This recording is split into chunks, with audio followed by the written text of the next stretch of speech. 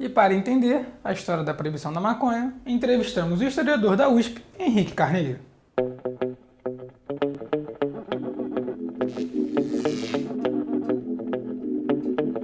Então, a maconha, ela tem registros conhecidos de 2000 e poucos anos, 2300 mais ou menos, não me lembro exatamente agora, que é o famoso o herbário, a farmacopeia chinesa, né? Então, teria pelo menos mais de 4.000 anos que se conhece o uso farmacológico da maconha. Eu digo farmacológico porque ela tem outros usos, que é o uso, enfim, econômico, industrial, para fibra, para azeite, até para alimento, né? As sementes são muito nutritivas. Tá apertado, já acendi, a coisa é boa, então passo por lá. Então, dentro desses três grandes, digamos assim, polos, da busca da excitação, a busca da tranquilização e a busca do êxtase, foram se conhecendo na natureza centenas de plantas que tinham essas propriedades.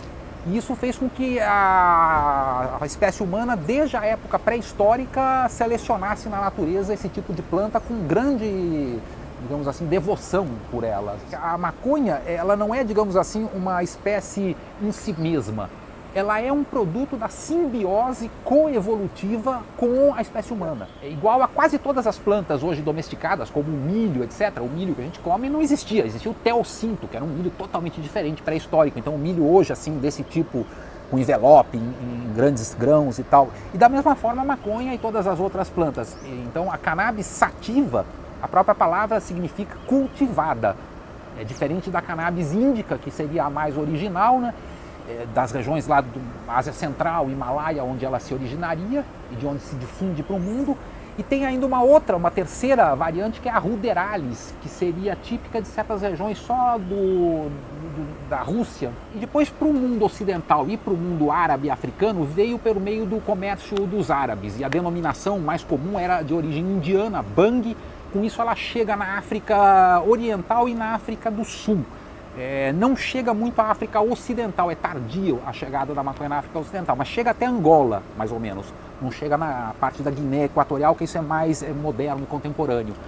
Lá em Angola e também em Moçambique, nos países que os portugueses depois vão colonizar e de onde vão trazer escravos para o Brasil, havia um uso tradicional. Também havia um uso na Europa da maconha para fins econômicos e não se conhecia o fato de que era a mesma planta. Os europeus achavam que era outra planta, aquela que os negros lá fumam para ficar chapados ou que os indianos usam. Eles achavam que aquilo é o bang e o que a gente tem é o cânhamo. Eles achavam que era diferente. Mas os negros africanos vão identificar. Então, quando se planta no Brasil, a primeira a finalidade do plantio era os portugueses para produzir material para a indústria naval. Assim como também nos Estados Unidos, onde era até obrigatório se plantar cânhamo. O George Washington era um grande plantador de cânhamo e tal. Começou a se utilizar como finalidades psicoativas porque os negros começaram a pegar as flores para fumar. E aí virou uma tradição da cultura afro-brasileira, tanto que as denominações, maconha, diamba, liamba, vêm todas do quimbundo, né, que é uma língua do tronco banto de Angola. No mundo, em relação à maconha, antes da proibição houve o preconceito por causa dessa origem de um uso psicoativo que não era tradicionalmente europeu, mas de outros povos, indianos, árabes e africanos. E depois, tardiamente, a relação com os Estados Unidos, os mexicanos. Então ela ficou identificada como uma planta de culturas exóticas, que não eram, enfim, a tradição cristã ocidental.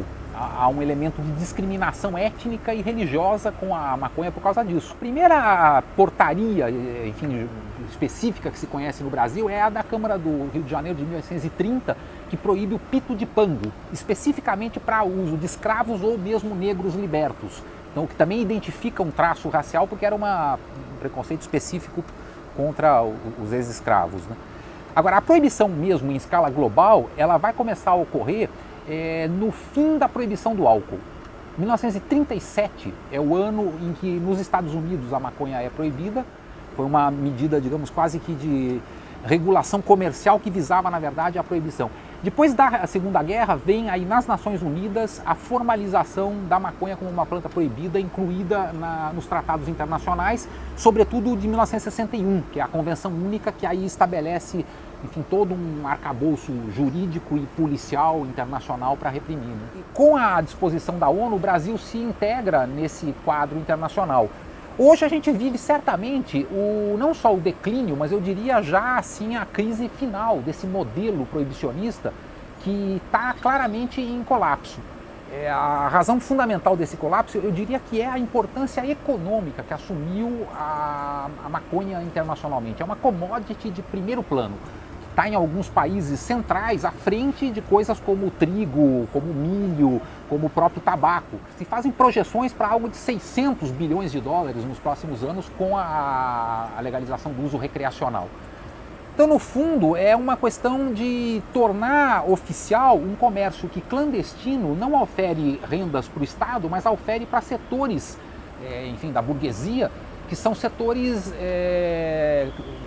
ligados ao crime, ligados, enfim, à atividade criminosa. E eu acho que há uma espécie de movimento hoje de grandes corporações internacionais, de grandes multinacionais e da política internacional no sentido de tentar normalizar esse comércio pelo interesse econômico e porque as consequências políticas da violência ligada ao narcotráfico está corroendo a credibilidade das instituições em vários países do mundo, como o México ou o próprio Brasil, enfim, que o país em que mais tem homicídios no mundo é o Brasil. Não é a boa vontade dos governantes, não é as promessas, enfim, progressistas do PT no poder que frustrou completamente todas as suas promessas originais, foi a existência de passeatas e, sobretudo, a onda de passeatas de 2011, que coincidiu com uma rebelião internacional da juventude, com os indignados na Espanha, com o movimento egípcio. E no Brasil, um pouco a nossa primavera foi a maconha.